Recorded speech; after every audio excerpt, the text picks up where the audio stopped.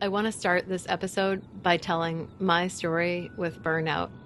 Okay, when my kids were about 10, 8, and 6, I just hit a wall. I didn't know what was going on. I had all these strange, symptoms that made no sense. They didn't seem related at all. It was like I would have a fluttering heartbeat just out of nowhere. And then I felt so incredibly fatigued, like I was swimming through wet cement just to get through the day, like powering through my to-do list. And so I had to kind of go on my own quest. In parallel to this quest for my kids, I had to go on a quest for me to figure out how can I find a way to feel a little better in the middle of all this, because you can't quit your job parenting.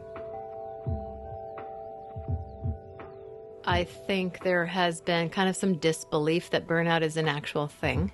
And there are other terms for it, like adrenal fatigue and chronic fatigue syndrome. But because it's not really something that's easy to test for medically, it's a lot easier to just dismiss it and be like, why don't you take an antidepressant? Why don't you go get some more sleep? And I was frustrated because I couldn't get help that didn't feel like somebody just wanted to pop a pill on me and get rid of me. So when I finally met this woman, Dr. Kathy, who's a functional medicine doctor, I was at my wit's end. And she said, "Tell me about your life." And I laid it all out again. I'd told the story a million times. And she said, "You know what? I think this is all stress related."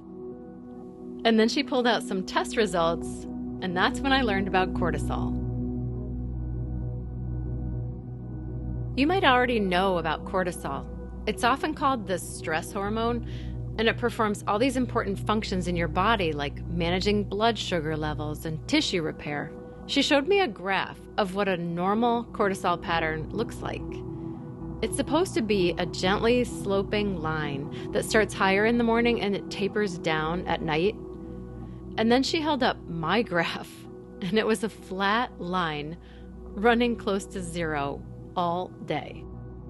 The doctor said it meant my adrenals were burned out, that even if I needed to produce adrenaline to survive some calamity like lift a car off my kid, I couldn't. And more tests proved it. I was clinically depleted. This is A Little Easier. I'm Kendra Wild.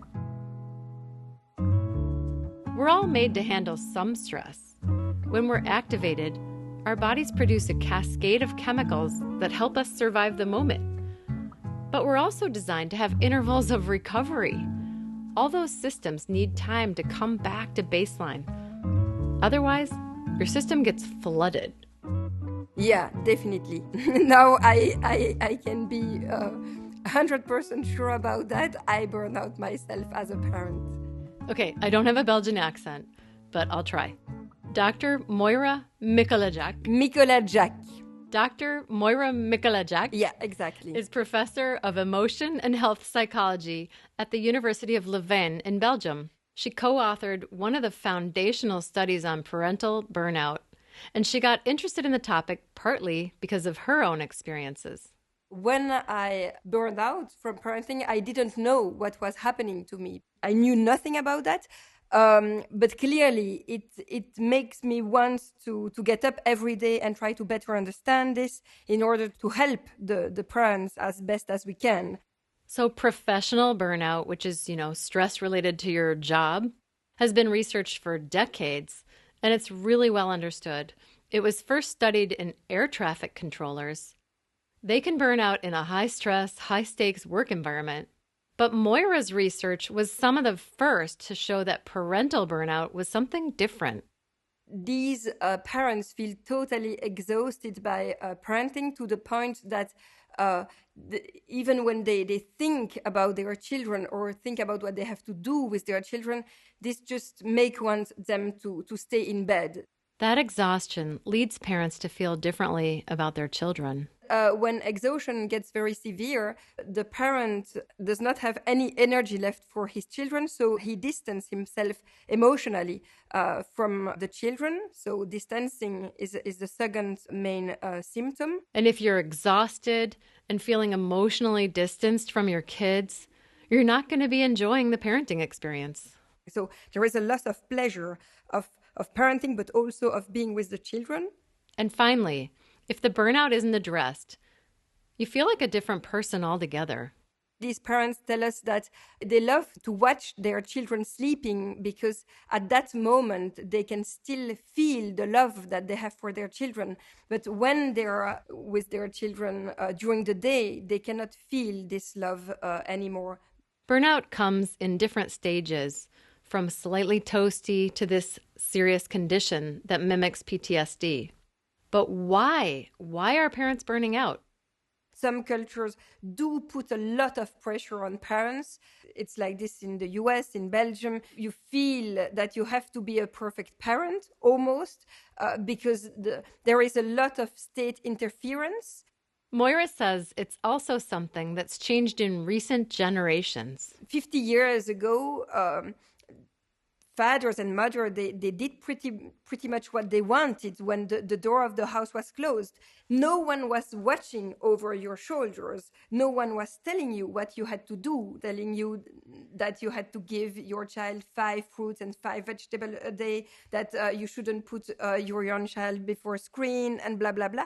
And now there are so many recommendations in almost every aspect of your children's life. And it's not just the government and the experts that bring the pressure.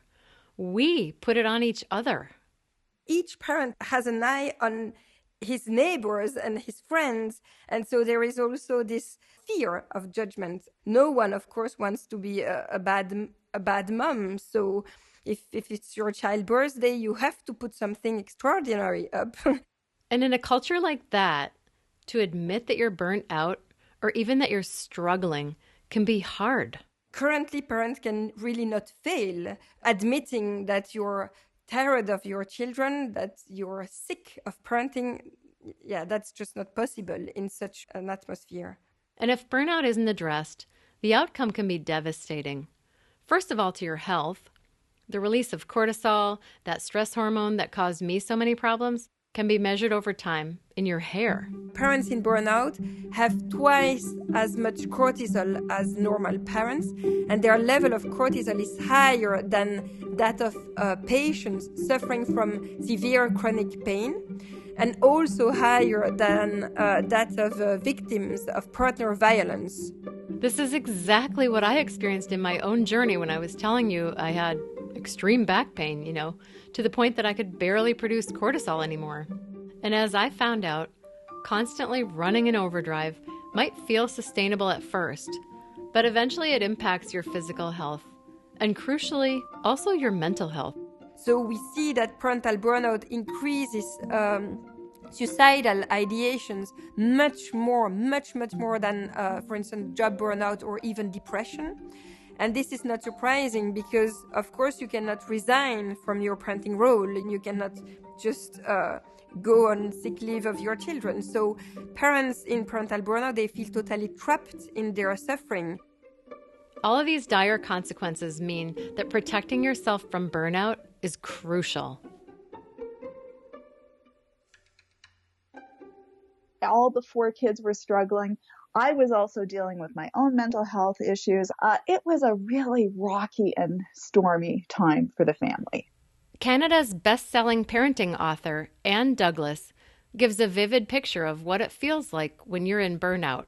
She wrote Parenting Through the Storm about her own journey caring for her 4 children, all of whom had a mixture of neurobehavioral issues and mental health challenges. We'll be tapping her wisdom a lot here.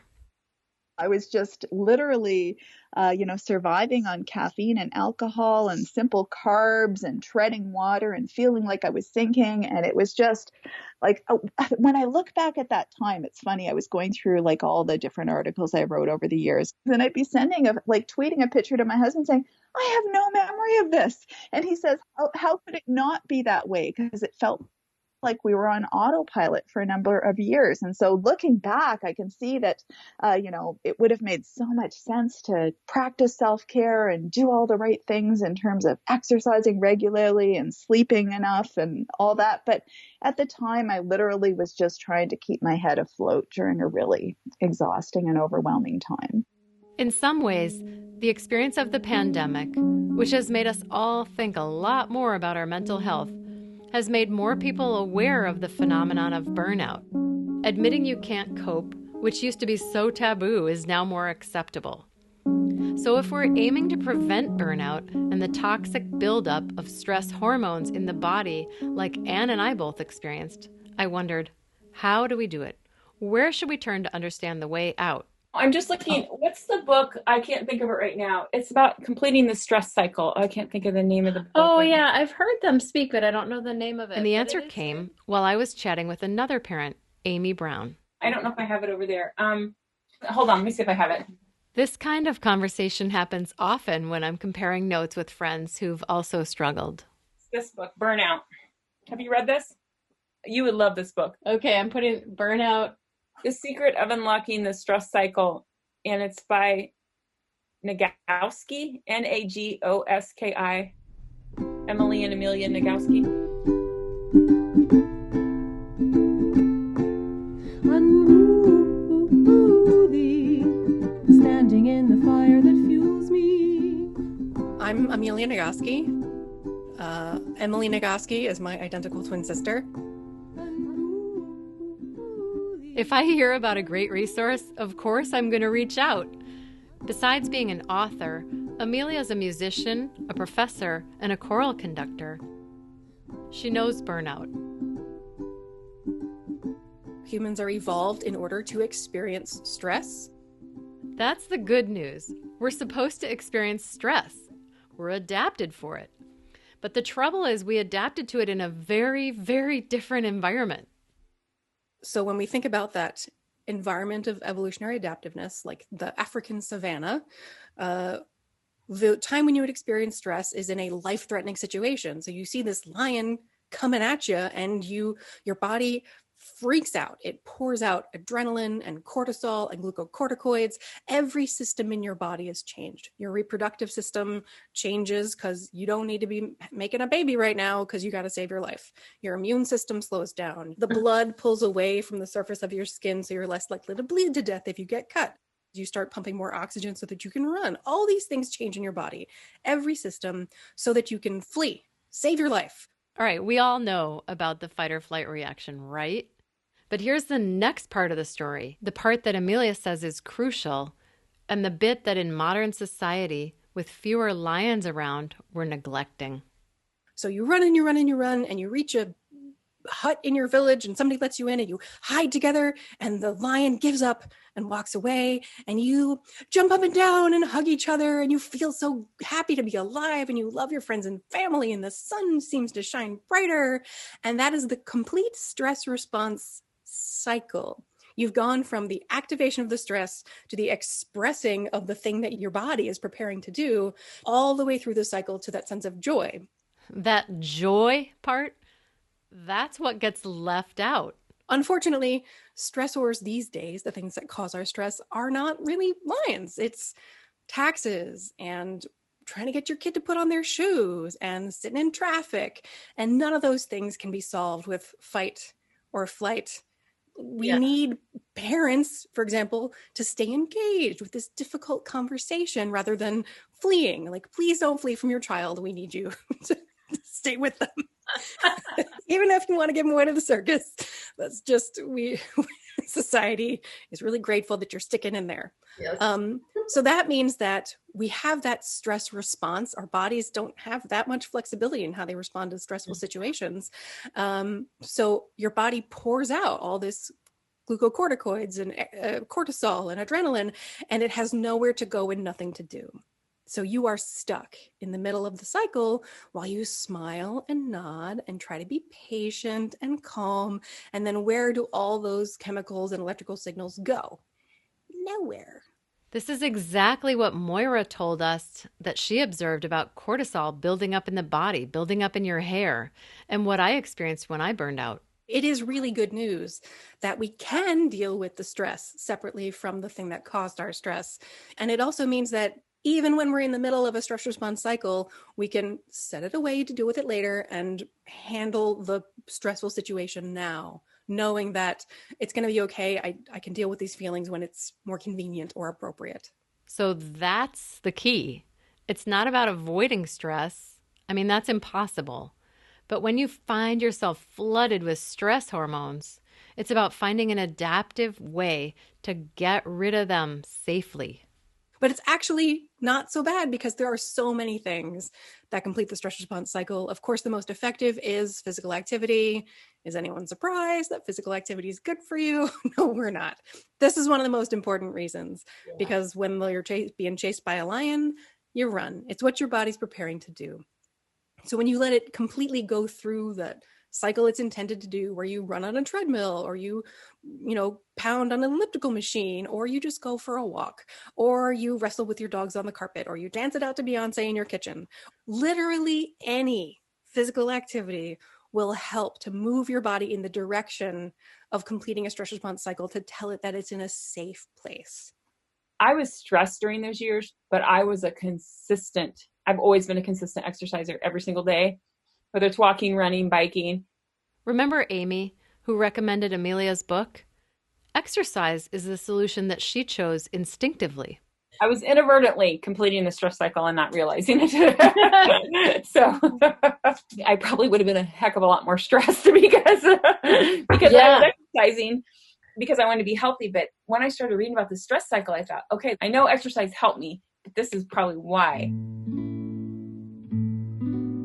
It was just interesting that if I hadn't been an avid exerciser, how much worse could it have been for me? Not just because of physical shape, but emotional health. Okay, exercise. Like Amelia says, that one's not a surprise. But if that's not for you, there are other ways to complete the stress cycle. It turns out that dream from your 8th grade bully is your imagination initiating a stress response. Or if you get sweaty palms at a first date, there's nothing life-threatening around you. That's your imagination, your worry initiating a stress response. And that's good news, because it means your imagination can also complete a stress response cycle. Cool. For me, what I did was I imagined myself as Godzilla on my elliptical machine, tromping on the state land grant institution where I was getting my doctorate. That was stressing me out so much. And I would get to the end of that workout and I'd feel, thrilled to be alive and the sun shine brighter. And I had that whole complete stress response thing, not because my body did anything it hadn't done before, but because my imagination had gone all the way through a cycle, a story. And you don't have to guide yourself through your imagination. Reading a book that makes you feel like, brah, that was awesome. Or you get to the end of a movie and you're like, yeah, the victory, the winners, and you walk out all thrilled to be alive. That feeling is your imagination guiding you all the way through a complete stress response cycle. But why does this work? How can you imagine yourself through a stress cycle? There's no such thing as vicarious emotion.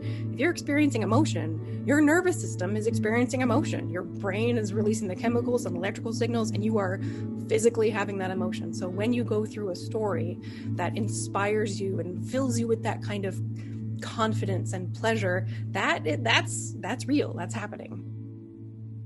So, exercise, imagination, what else? If you want to take that another step further, creative self-expression, where you take the feelings and you put them outside yourself into a meal or a pair of knit booties or a book or whatever what you want to do to create something.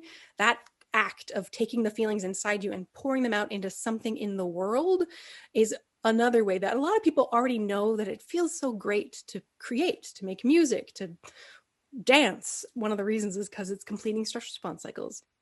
It's been really important for me. I know everybody is different, but for me to paint, it's a set aside special time for me to pay attention to how I feel. This is Joanna. She was a painter before she was a mother, and she uses the technique of creative self-expression to get the stress out. A lot of times early in the journey, I didn't know how I felt. I couldn't even name it. And typically, if someone asked me how I was doing, I would talk about how my kids were doing. And and and to the importance of separating ourselves from them and marking it. And for me, that is painting. It marks a separateness. No one else is in the world is making this painting or choosing this color. Joanna and her then husband adopted 2 girls who they knew would be high needs, but they had no idea what they'd really be getting into. Joanna said for a while she neglected her painting when the parenting was most demanding. I thought about it in my head often. Like I would sort of picture my paint and my paper and my canvases. But I was a little scared maybe of like what would happen if I started making work. Like I was scared of my feelings, I think. Almost like I can't fall apart. And I felt like if I opened up that box, that's what would happen. But it's really just the opposite. Opening that box is just really precious. She started completing those stress cycles with painting, and she says the effect was striking. I mean, I couldn't quite figure out why there was a correlation to me having this dedicated a good amount of time painting. Why would that have anything to do with my bettering my relationship with my children? It was such a profound change that happened.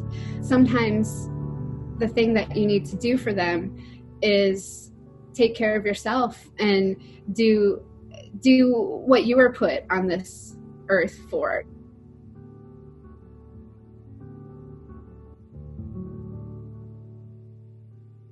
So that was physical activity, imagination, creative self-expression. There are some other seemingly easy on the surface ones, but that are not in the larger context of the world, which is like rest, specifically a good night's sleep. People say, oh, sleep on it, you'll feel better in the morning. Like, is the problem going to change in the morning? Why would you feel better in the morning? Well, it's because one of the things that happens while you sleep is your brain goes through your whole day, your whole life, and runs through scenarios and tries again and practices and gets rid of stuff.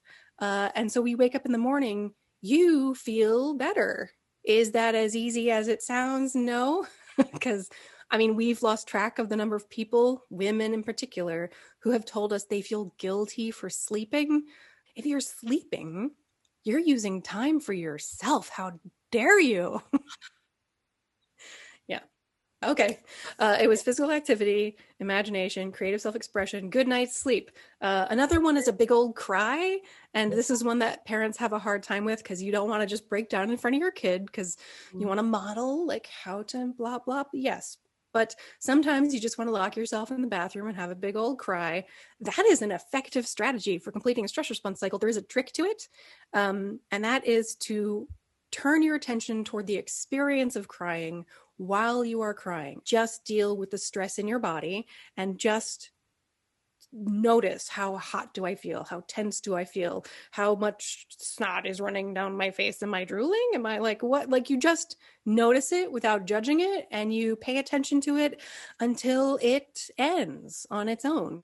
I cried so much because sometimes I'm like blaming myself, like, am I doing it right? Did I do something wrong? Like, what is it? How can I help him? This is Lisdaly, and she confirms raising her son, who has ADHD, involved a lot of tears. And she says sometimes crying with another person was just what she needed. I'm so grateful for my boss because she is like a huge support system for me. And I would just call her and I'm like, I need to have like a personal conversation. Like, I need to just let it out and just cry and just like, I would cry. And she was so encouraging and just supportive, just listening. You know, sometimes we just need somebody to just listen to us. Because even though it feels like the world is falling apart, just having a conversation with somebody about what you're going through and them listening to you, it really helps. And I would always feel better, like just having that good cry. Okay, so what's left? We did physical activity, imagination, creative self-expression, rest, big old cry, and I think the last one I have is laughter. The only trick to this is that it can't be like that posed social laughter that serves as like a conversational lubricant. That's necessary for interacting in the world, but it's not the kind of laughter that's going to tell your body that it's safe.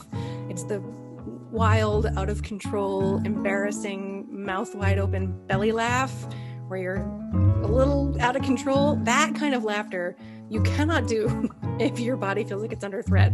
So when you get in that state, your body's like, oh, I'm safe. And it moves you all the way through a stress response cycle. And it also is so fun, and it might be the easiest and most relaxing of all the strategies.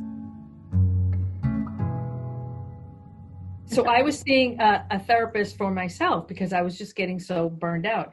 And whenever I would visit her, I would go in there, and some of the most stressful times of my life, I would go in there and crack jokes. Patty and Gina, the sisters we met in our first episode, say they can laugh about literally anything. And my daughter had received a diagnosis of bipolar disorder. And I remember saying, bipolar disorder is just so funny. Someday I'm going to write a humor book or something. And she said, looked at me and she said, and you will. And I mentioned it to Gina. And then Gina used to write a humor column in a local newspaper. Gina said, do you want to, should we write a book together? That book became Shut Up About Your Perfect Kid. We thought, like, people said, you're going to get criticized. And I remember we were in this huge cuffs for our first speaking engagement in Chicago. There was like 400 people in the room. And someone says, I've got to raise their hand and question. I've got a problem with your book. And we're like, oh God, what? She says, why didn't you make it hardcover? Because the other day I was going to beat this woman who was bragging over the head with it. I love that. I got a lot of stress out just laughing with the Shut Up sisters. But then I have to remind Amelia, actually, there's one more way to complete the stress cycle. Yes, affection and connection. How could I forget those? Your sister would be horrified. Yeah. So this can happen on a lot of levels, affection and connection to other people, even just a friendly exchange with your barista. Hey, I'd like a vanilla chai latte and I like your earring. And they say, here's your vanilla chai latte. Thank you very much. Just that little interaction is enough to remind your body, the world's a safe place. The world's a safe place.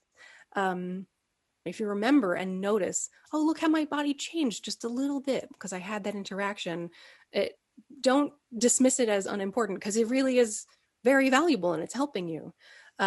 But going even deeper than that, if it's comfortable, a 20-second hug, if there's somebody in your life who you love and trust enough to hug for 20 seconds, it could be a awkwardly long time to hug someone who you do not deeply love and trust. And the trick to that is you both support your own center of gravity, put your arms around each other and breathe and notice and wait until you feel the shift long enough until your body goes, all right. I'm safe, I'm home, I'm with this person, and therefore safe. Nice.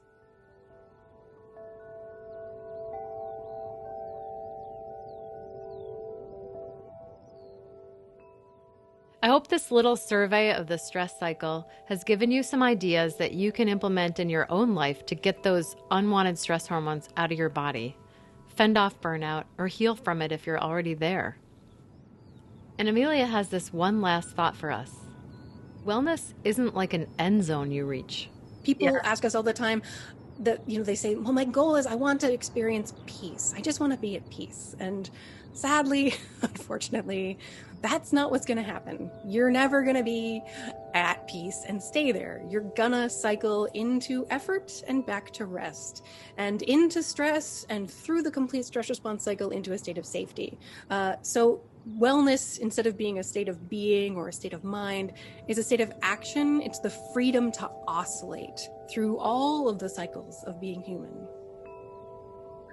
I wish that this podcast had visual because just watching you, I can tell that you conduct. I love seeing your body language, your gestures, your motion. If people who are listening could see Amelia, she really has great body language. It's a thing. Stuff comes out of my hands when I should be sitting still.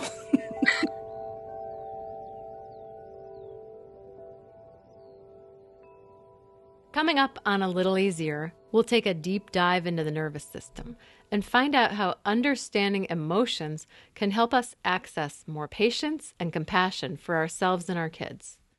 Again, it activates that prefrontal cortex, which doesn't shut off the emotional response, but it quiets the emotional response so it's not quite so flooding. And curiosity, like that's why, like when we lean into emotions, when they're not too much, it can actually be so helpful and so healing. Brain science, next time on A Little Easier.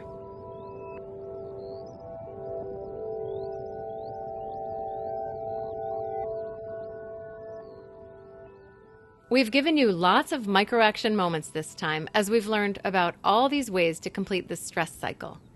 Here's one more from one of my favorite psychiatrists and neuroscientists, Dr. Bruce Perry. Just take a walk. It's amazing how powerful a walk is and how regulating and how much better the world will feel and you will feel if you simply go take your kids, take a walk in the park. Now, if you can, I know it's hard for a lot of parents, but if you can take a walk by yourself and have a little bit of solitude, a little bit of reflective time in a beautiful place, if there's any pretty place near where you are, and even for 10 minutes, you're going to feel completely different.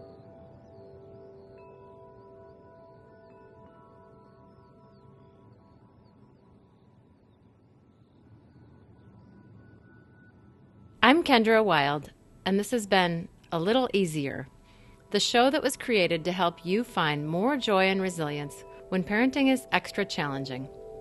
Thank you so much for being here. Make sure you're subscribed to A Little Easier in your podcast app so you don't miss an episode. And while you're there, please take a moment to rate and review the podcast. Share it with family and friends. We're an independent show focused on elevating parents because you're the most important force behind your child's well-being. Visit alittle.easier.org for show notes and discussion questions, plus resources on parental burnout and resilience building. A Little Easier is written by Harriet Jones and co-produced by Harriet and Ray Kantrowitz. Sound design and original music by Ray. This podcast is brought to you by Wild Peace for Parents and me, Kendra Wild.